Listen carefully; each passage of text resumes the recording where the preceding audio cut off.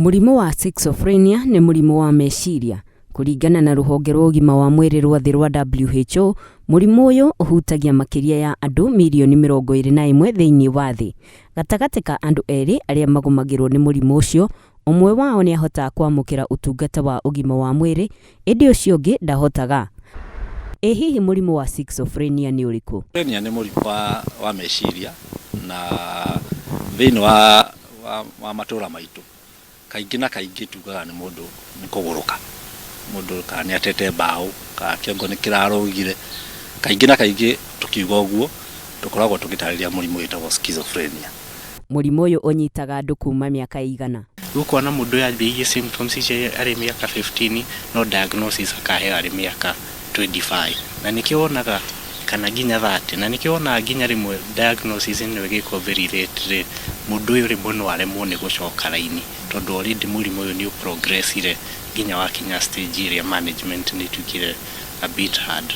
Mundu uri na murimu wa Schizophrenia ri aiguaga atia? Na murimu ucio ni murimu ucenjagia mwiciria wa mundu kana mwiciria ma mundu. Dalili cia murimu uyu ni iriku? Mundu wina schizophrenia wa mbere no wone nĩareyariria mundu ucio no wone nĩambĩrĩria kuona maundu nĩarakwĩra nĩ ndĩrona maundu no we warora ndũrona kĩndũ kĩu. Mundu ucio akiaria no wage nginya kũigua ũrĩa arauga kana akauma kuma topic ĩno agathie ingĩ. Wamuria kĩũria mundu ucio no agũcokerie anja itararingana na kĩũria kĩu. Mundu ucio no umurore wone uria mundu akoragwo akenete na niarakuonia no thiu ni akenete. Mundu ucio na akenete ndungimenya tondu thiu wake ukoragwo tari flat. Ndahota kuonania emotions. Mundu ucio no ukore araikara handu hamwe kwa ihinda inene muno. No aikare thi mathaa matatu kana no arugame mathaa matatu kana no one agithiururuka handu kwa ihinda inene na ti ati ni kuri undu areka. Ona no urone agitinda aracoka agathiuruka agacoka. Icio ni symptoms imwe cikoragwo cia schizophrenia. Ungikora na murimu uyu ri ubatie gwika ati?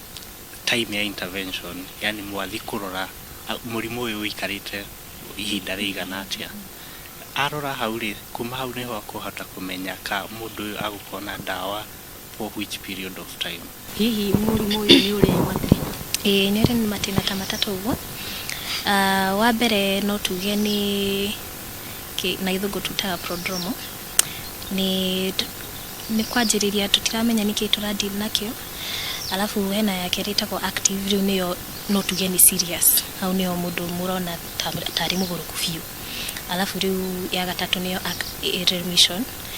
remission riu niho arafuatira dagitari ni aranywa dawa ena support na no tuge maybe nyaracoka laini kidogo.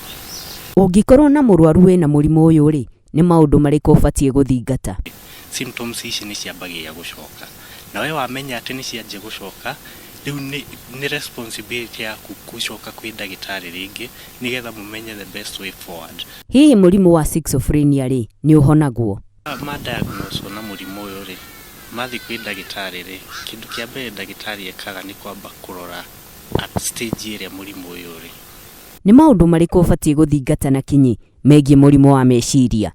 Kuringana na uthuthuria andu aingi kuma andu 10 hari igana kana 15 marikagiriria kwiruta mioyo ni undu wa schizophrenia tondu ni maraigua thauti thiini wa meciria mao cikamamakia makona ta hatari bata wa gutura. Koguo kuri andu tuthiaga na turusaga kamarusaga mioyo yao ni undu wa murimu wa schizophrenia.